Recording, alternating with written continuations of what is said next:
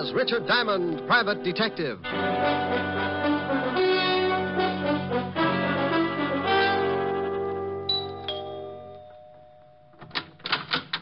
Oh, good evening, Mr. Diamond. Evening, Francis. You look like you're going out. Yes, sir. Miss Asher wants me to go down to the delicatessen for some cold cuts. Oh, where is Miss Asher? In the study, sir. Well, I'll see you later, Francis. Why don't you bring back some roll mop? Roll mop, sir? Herring with the bends. Very toothy. Yes, sir. Ollie, ollie, oxen free. Gregg. Hi. Hi.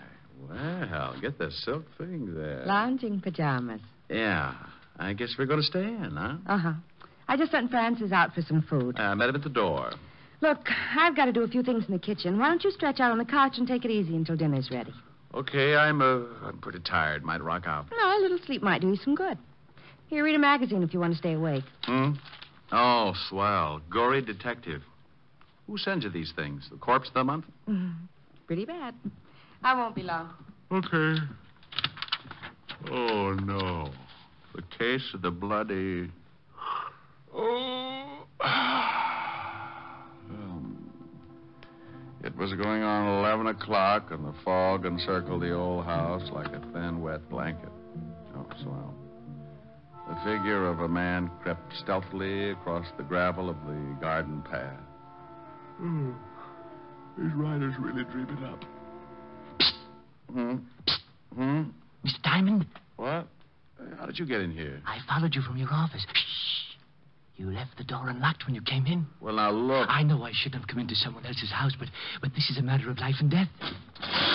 Hey, stop pulling down the blinds. I don't want anyone to see us talking. Well, you're on the 8th floor. Who's chasing you? A herd of monkeys? Please, you must listen. Now, look, if you got troubles, come to my office in the morning. Tomorrow morning may be too late. I'm supposed to die tonight. Try breathing. You expand your chest, take a lung full of air. No, Yes, it does wonders. Keeps you around for days. You better get out of here. Please, Mr. Diamond, don't give me away. Please. Yeah, baby. Wait a minute. Duck under that desk. Oh, bless you, Mr. Diamond. I thought I heard you talking to someone. Talking? Oh, no. Must have been reading out loud. This is swell literature. The case of the grisly ghost. Oh, fine. I like to keep up on the exploits of a private detective. You don't tell me anything about your cases. I'm modest. Hey, you got your coat on. Where are you going? Oh, Francis just called. He's had a flat tire. I'm going to pick him up in the other car. Don't you want me to do it? Oh, I'm not going to let you out of this house. I'll be right back. Okay. Read The Grizzly Ghost. It's not bad. Bye, baby. Bye. Okay, Spider-Man, you can come out now. Oh, thank you. Now, what the devil's going on? I told you my life's in danger. I need help. Tell me about it. I haven't time now. Come to this address in about an hour. My name's Leeds. Leland L. Leeds. Oh, for Pete's sake. I must get back before they miss me. I don't want them to know I got out. Say I called you and told you to come over. Here's the address on this card. Please don't fail me, Mr. Diamond. Now, wait a minute. My fee's $100 a day and expenses. Of course. I'll have a check for you. Goodbye.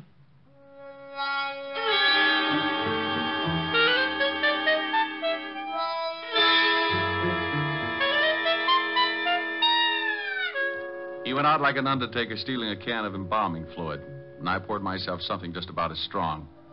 Helen would scalp me for leaving, but for some reason, nutty little guys like that interest me. I left Helen a note saying I'd be back later and took off to the address Leland L. Leeds had given me. It was out of town about 10 miles, but after hunting around for a while and running up a good-sized taxi fare, I finally found the house.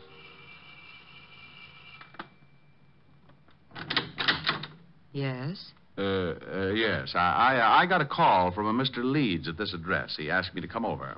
My brother? I don't know. Well, it couldn't have been. He's very sick. He's upstairs sleeping. Well, he was just coasting off to Dreamland when he called me. I think you'd better let me in. Oh, a detective. All right. Just what did my brother tell you, Mr. Diamond. He said his life was in danger. I'm Nina Leeds. I think you'd better come into the living room, Mr. Diamond. Dr. Miller can explain things better than I can. Sure. Roger? This is Mr. Diamond. He's a detective. Oh? Lee just called him. This is Dr. Miller, Mr. Diamond. Hello, Doctor. How do you do? You from the police? No, private stuff. Oh, I see. Now, Mr. Diamond, I'm afraid you made a trip for nothing. Well, here are the drinks. George, this is Mr. Diamond. He's a private detective. What? Mr. Diamond, this is George Brodeen. How are you? Oh, fine, thank you. Anything wrong? I don't know. Lee phoned Mr. Diamond and told him he was in danger. How did you know that, Doctor? I told Miss Leeds what he said, but not you. I'm Mr. Leeds' doctor. He's having a nervous breakdown and suffers from an extreme persecution complex. If he called a detective, I'm sure he must have said something like that. That's quite correct, Mr. Diamond. What do you do, Mr. Brodeen? Why, I'm with the New York Museum. I'm a friend of the family. I've been watching Lee break up for the past month. Mm-hmm. May I talk to your brother, Miss Leeds? I don't think you can. I gave him a very strong sedative. Let me get you a drink, Mr. Diamond. When Lee wakes up, you can talk to him. Sure.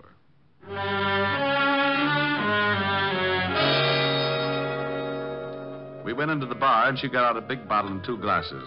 I forgot all about Leland L. Leeds for a while and started concentrating on his lovely sister. It was easy. Champagne? Sure, but I've run out of slippers. I've got a small foot. Might take you a long time to get a nut. I drink fast. It's the open toes that bother me. I like the patter. Where'd you come from? Same place you did, lover. Experience Alley. What do people call you after they get to know you better? Oh, different things at different times. For now, you can call me Rick. And later? Oh, you'll think of something easier. It's like that when you haven't got much time to talk. Here's to later, Rick. Yeah. What does the doctor specialize in? Roger's a brain specialist. Mental disorders mostly. It's Lee. He's off again. Maybe he's been listening to Sam Spade. Come on. You'd better stay down here, Nina. I'll take care of it. I'm going up. Lee needs me. George, get my bag. It's in the hall. Right. You'd better not come in, Mr. Diamond. I think I'd better. Nina. Lee, what is it? I saw the blood again. Oh, Mr. Diamond, I'm glad you came. Now, calm down, Lee. Everything's going to be all right. Get away from me. He thinks I'm insane. You all do. You want my idol, and you stop at nothing. Now, there's no sense in this much self-indulgence. You're Here's not... your bag, Roger. Thanks. What are you going to do? Just give you something to make you sleep. I don't want to sleep. I'll wake up and see the blood again. There's no blood. It's just your imagination. You're overwrought. You think I'm crazy. But I saw it. I tell you, I saw it. Now, this won't hurt. No, I don't want to sleep. Please, Mr. Diamond, help me. Lee, do what Roger tells you for my sake. Come on. The injection should take I'll get up. Just a minute. I won't go to sleep. Lee, please. Then leave Mr. Diamond with me. I want to talk to him. Well, I guess it'll be all right. Don't stay too long, Mr. Diamond. I want him to rest. Okay, Doctor. Remember, he's not at all rational. Come on, Nina. I'll see you downstairs, Mr. Diamond. Hey, what's the idea, Leeds? I'm locking the door. I don't want anyone coming in. Pardon me for walking around in circles. I got to stay awake. Uh-huh. Those people downstairs are trying to drive me crazy. They must have been working overtime. They're after my idol. Your what? My idol. That carved image standing on the night table. Oh, yeah. Here, look at it. Look at it. Well, that's dandy. How many box tops did you have to save? Mr. Diamond, at this moment, you are holding $100,000 in your hand. I am? Last month, my grandfather passed on and left his entire estate to my sister and me. Among the effects was that idol. It was left to me. What is it, platinum? Oh, no, Mr. Diamond. That is the lost idol of King Tut. I always wondered what happened to it. Oh, then you know the legend. Well, I'm a little hazy on it. Maybe you'd better bring me up to date. Oh, of course. It was supposed to have been buried with King Tut. However, the story goes that a slave absconded with it before they sealed the tomb. And that makes it worth $100,000? I guess so. You guess. You don't know? I only know what my grandfather told me before he passed on.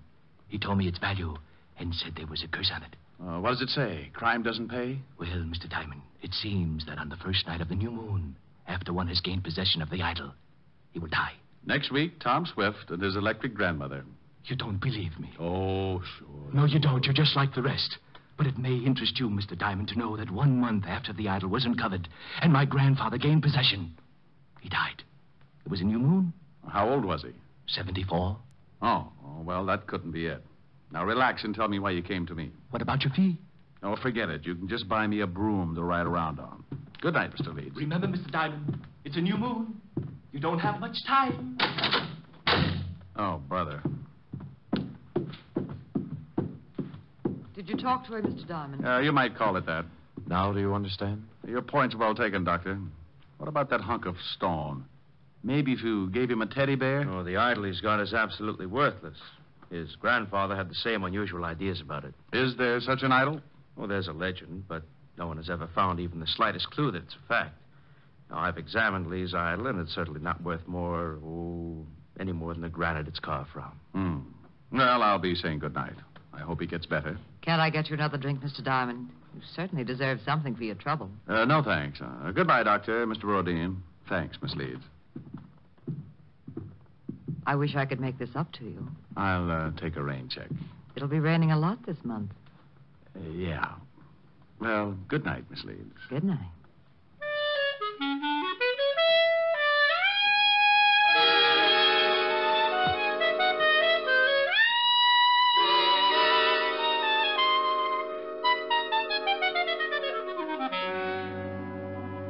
I went out and got a cab.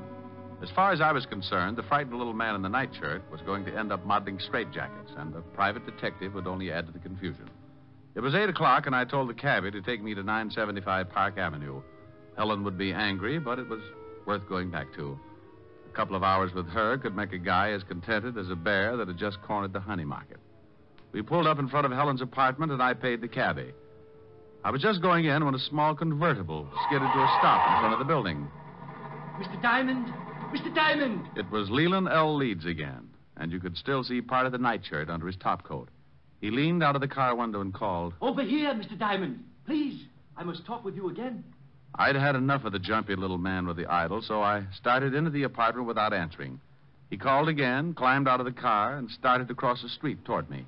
I looked back just in time to see the other car swing in toward me. Look out, Leeds! I ran back into the street and looked after the disappearing car. The lights were off, and I couldn't get the license number. It was too far away. I leaned down by the little man in the nightshirt. He was pretty far away, too. He was dying and hurt. Mr. Diamond? Yes, Leeds? Take the idol. When you left, I found out why it was worth all that money. They didn't want me to tell you, so they followed me and ran me down. It's in my coat pocket.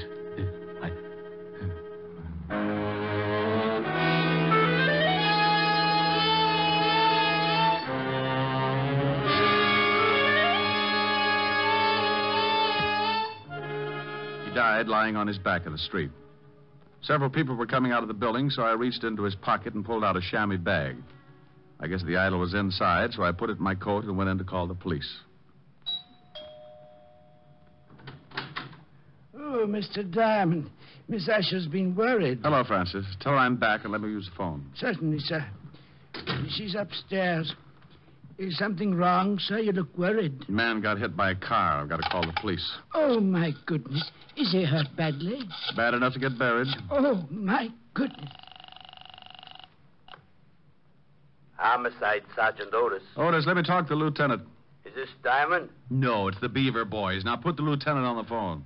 And what do you do with all those tired jokes? You can't keep using them. I give them away to idiots. Want to start a collection? Oh. Lieutenant Levinson, Walt, this is Diamond. I got a body for you. I go off duty in 20 minutes. Call back then. Lying out in front of Helen's apartment, 975 Park. Rick, my stomach is bothering me. Why can't you be a good boy and stay out of trouble? Take some soda and get over here. Take some soda. Every time you call, I end up taking enough to give an elephant the hiccups. Well, you're a fine one. Oh, I'm sorry, Rick. I didn't know you were on the phone. Wait a minute, Walt. Hello, baby. I'm talking to the lieutenant. Aren't you afraid you'll catch cold in that thing? I'm mad at you. Oh, you're cute. Hey, what's going on? Just Helen. If you could see her, your ulcers would start popping like chestnuts. Say hello. The law sends you his greetings. Hello to the law. She says... I know. I heard it. Now, what about the stiff?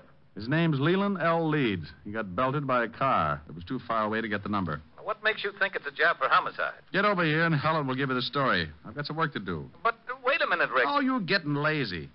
What's the matter? Don't you want to find out things for yourself? Rick, what happened? Francis told me some man got hit by a car. Right on your doorstep. Oh. Let's go into the other room, baby. I'll tell you all about it.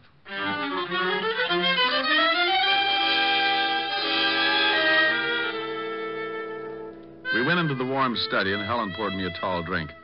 I briefed her on what had happened earlier in the evening, and she sat down next to me. There's something about red hair that does things to me. It smelled fresh and clean, and with her that close, I could have been sitting in the middle of the Arctic and still kept my temperature above 102. Rick, do you have to go back out there? Well, somebody's got to tell his sister, and in a way, I feel a little responsible. Are you going to give her the idol? Hmm? The idol. The thing you took from poor Mr. Leeds' coat. You could at least show me what I'm playing second fiddle to. Oh, that's right. Yeah, I nearly forgot about it. Oh, here it is in this chamois bag. Oh, what an ugly little thing. And that's supposed to be worth all that money? Oh, that was what Leeds, Hey, something's missing. Yeah, one of the eyes. Must have come loose when the car hit him. Probably in the bag. Yeah, there it is. Rick! Yeah. It was painted over. You'd never guess it unless you pried it loose. What's as big as a marble? Is it real? Well, you've got enough of them around, you tell me. It is. Rick, I think it's the pigeon blood. Why, it's worth a fortune. What are you doing? I'm scratching the other one. Well, Mr. Leeds wasn't so squirrely after all. This is ridiculous. You only read about things like this. 2 pigeon blood rubies. No wonder he thought it was worth $100,000. He said he found out tonight. He must have been scratching at them. Oh, then it wasn't just a hit and run. I don't know. Baby, I don't want to get hung up with a lot of explanation to Walt. Rick, what are you doing? Taking the other eye out. There. Now here.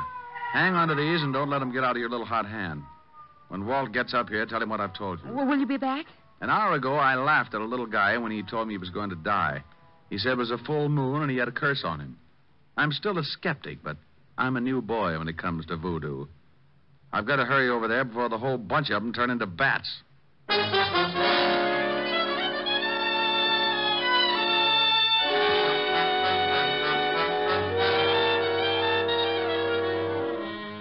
I went down in the service elevator and out on the street. The wagon was driving off with Leeds, and Walt and Otis were going into the building when I slipped up to the convertible and got in. Leeds had left the keys in the ignition like I figured, so I took off and headed across town. 20 minutes later, on a lonely stretch of road, I started counting suspects. All 3 of them could be in on it. Dr. Miller, who said Leeds was insane. George Brodeen, a man from the museum who said the idol was worthless. And that lovely sister. I didn't notice the car pulling up behind me until it was too late. It was doing a good 70, and as it swung around to pass me, the guy at the wheel cut in sharp and hit me broadside. Hey, look out!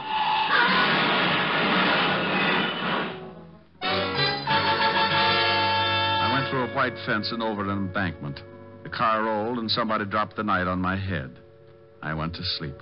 I don't know how long it was before I started coming around, but when I tried to shake myself back, it was like pulling my head out of a barrel of molasses. It stuck to my eyes and plugged up my ears. I tried to claw the stickiness away, but my hands were like 2 baseballs. I moved my shoulders and felt the stiffness in my back. It spread out to my hands and down to my feet. I opened my mouth and took in a lot of air. I finally made it.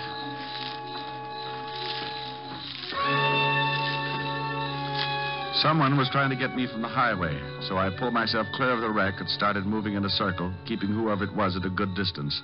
I was too pushed around to put up a fight, so I made it back to the highway and walked along until I found a little gas station on the road. The joint ain't open. And then your lock's busted. No, it ain't. Then I floated through the wall. Where's your phone? It ain't for public use. Try isn't. Okay, wise guy. The joint isn't open. The phone isn't for public use, and you isn't so big you can't get tossed out on your face. And you isn't so wealthy, $5 won't make a difference. Oh, why didn't you say so?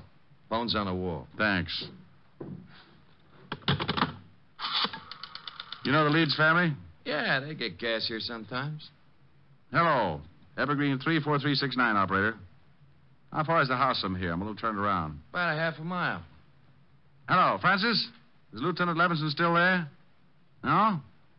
Well, just tell him to get out to 19319 Jackson Heights Boulevard. I've got a killer for him. Yeah, oh, my goodness. Now, hurry it up. You a cop? Shamus.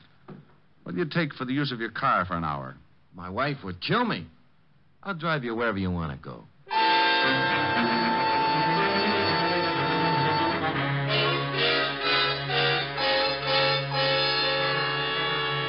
He gave me a lift in his old sedan, and 10 minutes later I was ringing the doorbell to the Leeds house. I was glad the girl answered. She made me feel better right away. Oh, Mr. Diamond, come in. Thank you. Where are your friends? Raj and George? They went out to look for my brother. He disappeared right after you left. I'm terribly worried. Oh, have you got that drink? I could use it now. Certainly. I don't know why Lee ran off like that. He shouldn't have been driving in his condition. Were Roger and George together when they left to look for Lee? No, they took separate cars. Why? Has something happened, Mr. Diamond? Have you heard from my brother? I guess I'd better give it to you straight. Your brother's dead, Miss Leeds. I'm sorry. Dead? Oh, no. He was hit by a car. It's all because of that horrible idol. That stupid, horrible idol. If my grandfather hadn't told Lee it was worth that much money, this never would have happened. Did you think it was worth anything? No, of course not. But we couldn't convince Lee. Now he's dead. Would you please answer that, Mr. Diamond? Sure. You take it easy. Nina, Oh, what are you doing here, Diamond? Did you find Lee? Why, no, I didn't. I've gone to every place I thought he could possibly be. I even looked up your address and went over there, but the building was closed. You better go in and see Miss Leeds, Doc. She's pretty upset. Upset? Nina, what's wrong? Oh, Raj, it's Lee. He's been killed. What? That's right. But how did it happen? Bingo. I'll tell you as soon as I let Mr. Brodeen in. There, Nina. Just let yourself on. Please. Come in, Mr. Brodeen. Well, Mr. Diamond, what are you doing here? I think I'd better have a sign made. The doctor and Miss Leeds are in the living room. Well, something happened? Mr. Leeds is dead. What? This is the most surprised household I've ever run into. Roger, is this true? I guess so. Oh, I'm terribly sorry, Nina. Is there anything I can do? No, thank you. Where did this happen, Mr. Diamond? In front of 975 Park Avenue. Car hit him. I was with him when he died. Oh, this is terrible. I thought at first it was an accident, but I'm not sure. What do you mean? When I left to come out here, someone ran me off the road, nearly killed me. Who would want to kill Lee and then try to kill you? Probably a coincidence. Certainly. Probably just a drunk. Could have been. Lee gave me this before he died. A chamois bag. What's in it? The idol. Oh, that awful thing. What do you want done with it, Miss Leeds? I don't care. Just get it out of this house. What are you going to do? I don't know. You want the thing, Doctor? Why, what for? That's a good question.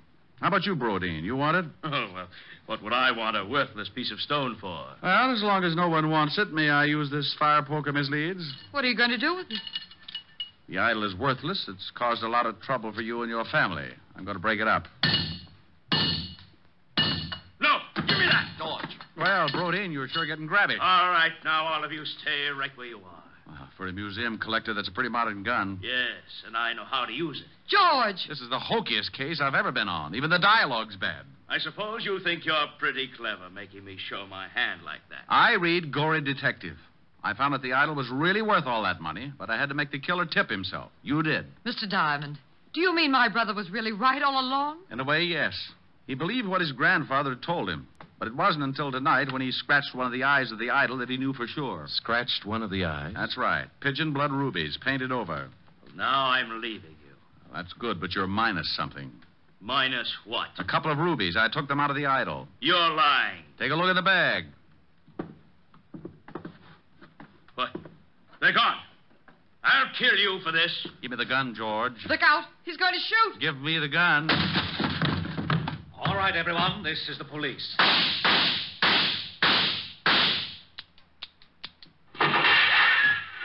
Oh. You killed Mr. Diamond. He shot Diamond, all right, Lieutenant. Put the bracelets on him, Otis. Sure. Come here, you. Not him. Put him on Diamond for disturbing the peace. Pin the medal on the other guy. No. Sure thing. How do you like that, wise guy? Oh, no. Rick? I'm dying. Ricky? Oh. Rick, wake up. All right, George. Drop the gun. Rick, you've been dreaming. Hmm? Oh, Helen. Oh, you were having a big, fat nightmare. I came down from upstairs and you were asleep on the couch with Gory Detective. Oh, well, I started reading some story and I got mixed up with Egyptian idols and the rubies. I got shot. That's the case of the ruby eyes. That was the craziest dream. I solved the crime and got shot 6 times for my trouble. Oh. Lieutenant Levinson and Otis came in and arrested me for disturbing the peace. After you were shot 6 times? Yeah. Otis loved it. That wasn't in the magazine. I worked out my own ending. Move in. That's pretty. What are the lyrics? Well, An awful lot of them. Sing 'em. Okay. I'm sitting high on a hilltop, Oh, I remember that. tossing all my troubles to the moon. It's from Thanks a Million Where the breeze seems to say, don't you worry, with Alice Faye. things are bound to pick up pretty soon. Here, neath the sky on the hilltop, seems to me the world is all in tune. I forget all the bustle and hurry, tossing all my troubles to the moon. I know someone will love me, and everything will be just grand. Just so the stars up above me continue doing business at the same old stand. It's mighty sweet in the evening when I've had a busy afternoon, sitting high, high, high on a hilltop, tossing all my troubles to the moon. Sing it again, Rick. I'm sitting high on the hill. Oh, Rick, the grouse. Yeah, listen to that. Where the breeze seems to say, don't you Hey. worry. How you like that, wise guy? Oh, that's really awful. Yeah, well, maybe you know how I feel when you open that big bazoo of yours. You mean I sound like you do? Look, Diamond, what do you think the rats keep jumping out of my window for? Well, maybe if you had some plastic surgery. And your crummy jokes are as bad as your crummy singing. So please, save the world from a horrible fate and cut your throat or something. Oh, yeah? Well, let me tell you, old boy. I'm sitting high on a hilltop, tossing all my troubles. Hey, you! Shut up! We want to hear Diamond. Yeah, shut your big bazoo. Yeah, shut up! What's that? You heard us. We want to hear Mr. Diamond. Oh, no, no. Rick. Yeah, my dear public.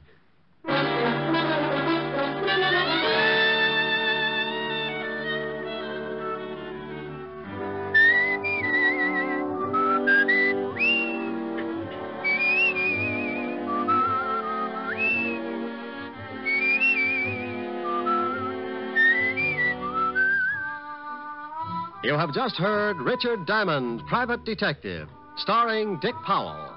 Helen was played by Virginia Gregg, Lieutenant Levinson by Ed Begley. Also in our cast were Wilms Herbert, Peter Leeds, Yvonne Patey, Stephen Dunn, and Jack Crucian. Music was under the direction of Frank Worth. Richard Diamond is written and directed by Blake Edwards. Portions were transcribed. Dick Powell soon will be seen in the screen version of the best-selling novel, Mrs. Mike. Now, this is Eddie King inviting you to be with us again at the same time next week when we will again bring you Dick Powell as Richard Diamond, Private Detective.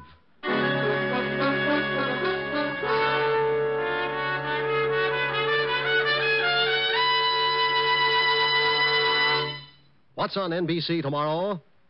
Detective story fans will want to hear Madeline Carroll and Basil Rathbone in the detective melodrama The Amazing Dr. Clitterhouse, tomorrow on Theater Guild on the Air. And for more detecting, listen tomorrow for The Adventures of Sam Spade. He'll present his most humorous caper of the season. Yes, you'll enjoy both Theater Guild and Sam Spade tomorrow on NBC.